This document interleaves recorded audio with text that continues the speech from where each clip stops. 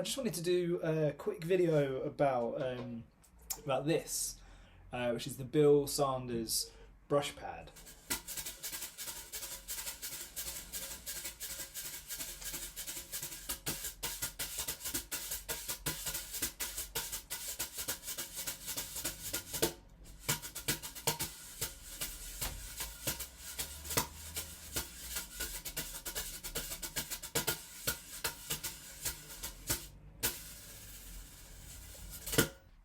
I don't actually know Bill, but I posted a couple of videos of some brush playing, and he was really sweet and he was really nice, and he said that he liked my playing and was very pleased that I was playing his pad and stuff. So I just said to him that I'd just do a little video kind of explaining sort of what I like about the pad, and yeah, just giving it a shout out really. There's lots of reasons why I like it, but one of them is purely volume. You know, that's too loud for sort of certain living situations and stuff, you know, like through COVID, my girlfriend's in the other room, she's having meetings and stuff, she doesn't care about me playing my tap sweep, she's not really worried about that, she's worried about getting her work done and being able to hear people on Zoom calls and stuff. So yeah, there's a huge difference in volume. So the pad, super quiet and really, really dead, and I really like that sound anyway. I spent quite a long time trying to make a pad.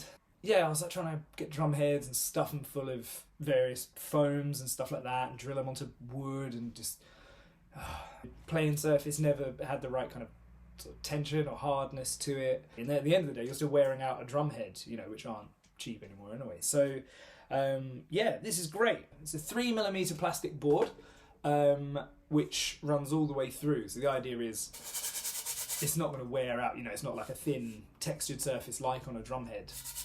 That would wear out as soon as you've kind of wiped the coating off. This is, you know, a whole solid board which is mounted on wood, and it's got a non-slip rubber base on it, which is really good as well, because when I was looking at different options for practicing brushes at home, I was playing on folders and stuff like that, and it's slipping all over the place and stuff. Other thing as well, you can sit it on top of a drum, you can sit it in a snare drum cradle. Benefit of this is obviously you can angle it and you can adjust it to your kind of, you know, your sort of playing height and stuff, whereas if you're just practicing on a table, it's completely flat, it might not be ergonomic for you. This can obviously just sit on a drum and you can adjust it, and it can sit exactly where you want it at the angle that you want it. So what I really like is that the surface mimics pretty well a drum head, I think. It's sort of semi-rough. You can get a nice smooth sound, like, you know, ballad pattern sound. Super smooth.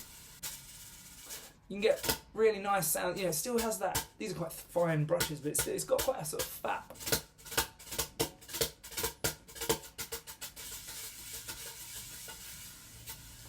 It's got a lovely attack sound to it as well.